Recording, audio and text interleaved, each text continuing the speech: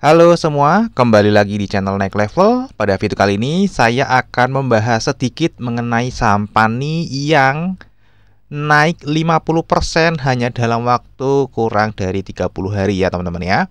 Ini saya mau bahas sekilas aja karena mohon maaf ya, di minggu ini saya banyak acara, ini juga nanti jam 6 sore ada acara, jadi saya sempatkan buat sedikit video karena saya pengen membuat video ini ya teman-teman ya. Oke, kita akan bahas ya PANI ini. Saya sudah pernah membahas PANI ini tanggal 23 Februari. Teman-teman bisa cek di video tersebut ya, jika ingin lengkapnya ya. Ini hanya melanjutkan video sebelumnya saja. Oke, di video sebelumnya ini saya memprediksi PANI dia akan naik tembus ke atas 6150 ya, tapi waktunya memang terlalu cepat ya prediksi saya. Ya. Dan untuk fundamentalnya ini saya bahas sedikit aja teman-teman ya. Saya nggak punya banyak waktu nih, saya sempetin. Kita lihat ya, langsung aja untuk kinerjanya ini sebenarnya secara pendapatan itu nggak naik banyak ya. Laba brutonya memang naik ya, tapi juga nggak terlalu signifikan ya, nggak sampai 50%. Kemudian kalau kita cek langsung ke labanya juga naiknya tipis dari 547 ke 565 ya. Jadi sebenarnya ada kenaikan secara fundamental tapi tidak terlalu banyak ya. Jadi secara fundamental dan valuasi saya sudah info di video saya sebelumnya bahwa valuasi PANI ini memang mahal ya. Tapi di video saya sebelumnya saya juga sebutkan struktur sahamnya menarik ya. Teman-teman bisa cek ya video saya sebelumnya, saya nggak akan jelasin banyak di sini. Jadi secara fundamental nih sebenarnya kenaikannya nggak terlalu hebat. Memang yang menggerakkan PANI dari awalnya adalah corporate action, dan per Agustus kemarin itu ada private placement ya, ada private placement lagi senilai 1,68 triliun ya. Jadi kira-kira ini naiknya memang faktor dari corporate action teman-teman ya. Nah ini saya mau jelasin sedikit tentang teman-teman ya.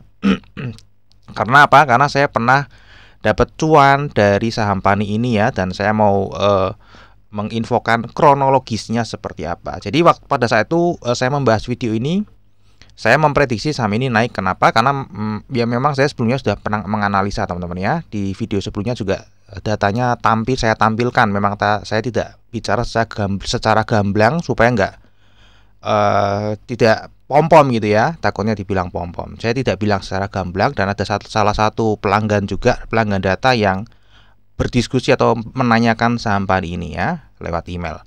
Oke,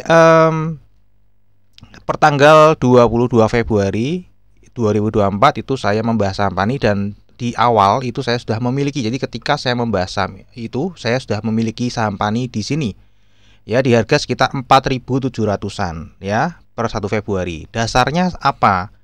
Dasarnya adalah ya seperti biasa ya. Ini teman-teman ya, kita cek ya. Februari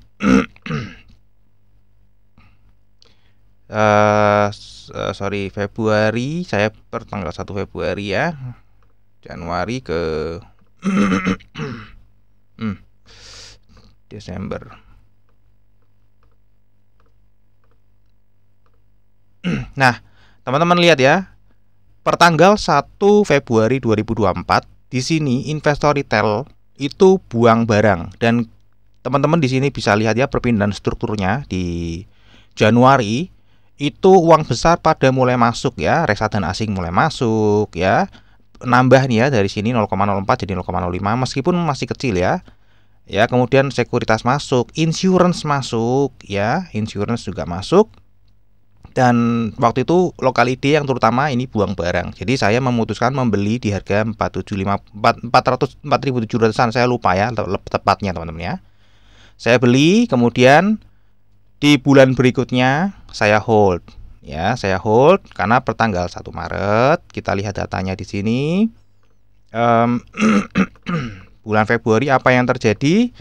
Lokal ID masih berkurang jumlah sahamnya ya. Ini kan ada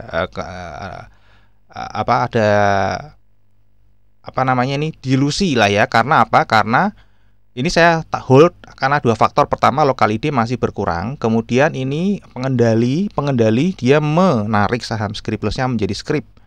Ya, jadi saya hold di sini ya. Hold karena berpotensi untuk naik, masih berpotensi untuk naik. Kemudian di bulan April sayangnya ini saya jual, teman-teman ya. Saya jual, jadi masih cuan ya, lumayan lah cuannya bisa untuk biaya hidup 3 bulan gitu ya. Masih cuan, saya jual. Kenapa saya jual? Ya, karena dasarnya ya sama ya, masih dari sini ya. Nah, local ID meskipun sedikit tapi dia sudah mulai masuk. Ya, sudah mulai masuk dan foreign IB ini jual paling banyak. Uang besar sudah ada yang keluar nih. Ya. Insurance masih beli tapi ini kan belum ya, teman-teman ya. Local CP juga buang. Jadi karena saya memang lebih terpengaruh ini ya, teman-teman ya. Jadi saya ini mulai masuk mayoritas investor retail lokal. Jadi saya exit. Ya, saya exit masih untung ya. Saya exit waktu itu di harga 5.000 berapa ya? Ini range-nya ya 5.300 sampai terendahnya 5.300, tertingginya 5.600. Jadi saya lupa ya di antara berapa. Yang jelas di antara 5.300 sampai 5.500 ya. Secara nominal itu ya 3 bulan untuk biaya hidup ya, lumayan. Nah, setelah itu saya pantau masih masuk dalam watchlist ya. Ini bulan Mei, bulan berikutnya April ke Mei. Ya, April ke Mei.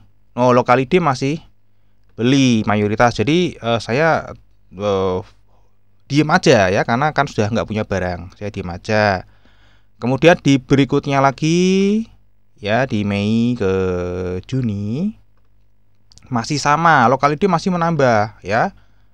Kita lihat harganya tahunnya ya, sideways terus ya. Jadi saya khawatir karena local ID mulai beli di sini banyak nih, teman-teman ya.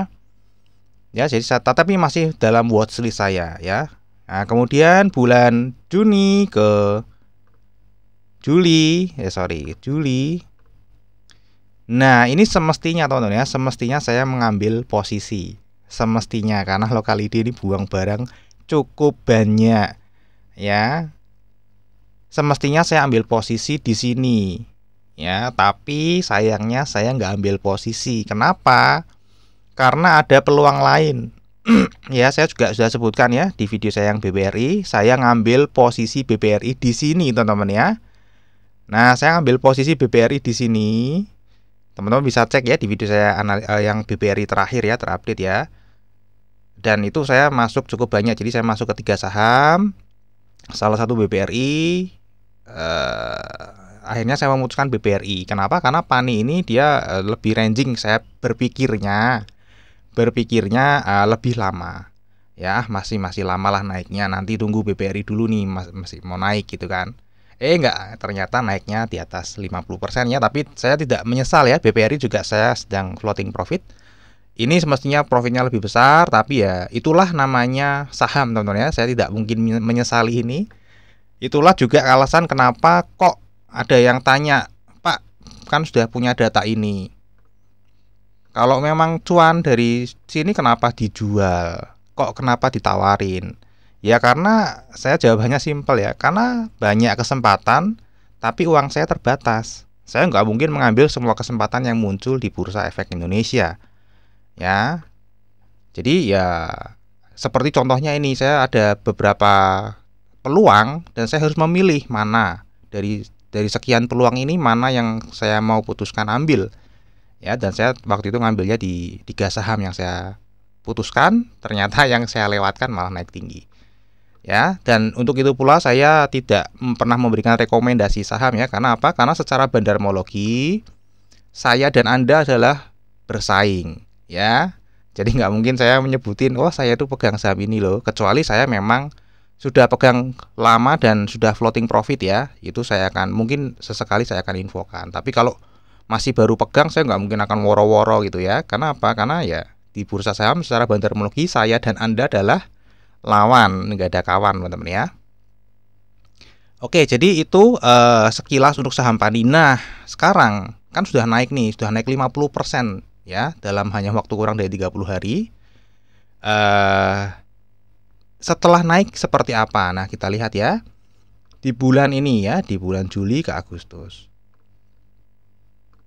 Nah, ternyata lokal ID masih jual, teman-teman ya. Jadi yang menaikkan siapa di bulan Agustus? Yang menaikkan ini reksadana lokal.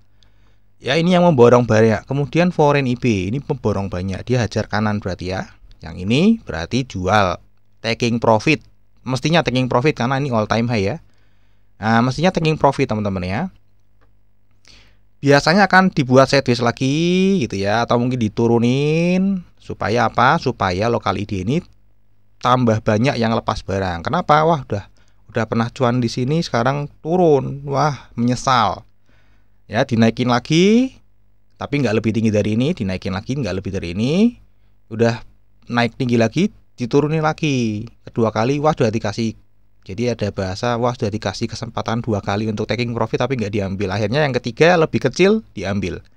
Ya, nah setelah itu yang ngambil siapa? Uang besar, dia akan naik lagi. Biasanya seperti itu ya, teman-teman ya. Ini data sementara di bulan Agustus ya, karena saya nggak punya sahamnya, jadi saya bahas ya. Tapi ya sekali lagi ini disclaimer, teman-teman ya, ini sudah dipucuk ya. Ada resiko untuk turun ya, tentu saja ada ya, karena ke depan tuh saham nggak ada yang pernah tahu ya. Ini data kan hanya sebagai analisa supaya kita ada arahnya, nggak takut ketika kita ada dasarnya. Ketika melakukan penjualan suatu saham itu memiliki dasar, sehingga nggak terombang-ambing berita ini berita itu, bingung sendiri ya. Oke, ini aja teman-teman ya, saya update singkat mengenai saham PANI ya, yang menurut saya masih cukup menarik untuk dibahas ya. Dan kebetulan saya juga pernah merasakan cuan, meskipun ya sangat kecil lah ya kalau menurut saya di sini. Tapi tidak apa-apa ya teman-teman ya, karena saya masih dapat cuan dari saham lain, meskipun sebetulnya kalau ambil di sini lebih banyak cuannya ya. Ya itulah, saham harus bisa pintar-pintar mengontrol diri. Tidak boleh ada penyesalan, tidak boleh ada keserakahan. Oke, mungkin sampai di sini dulu aja sekilas video singkat mengenai saham PANI, teman-teman ya. Semoga bisa bermanfaat dan kita kan bisa ketemu lagi di video yang berikutnya.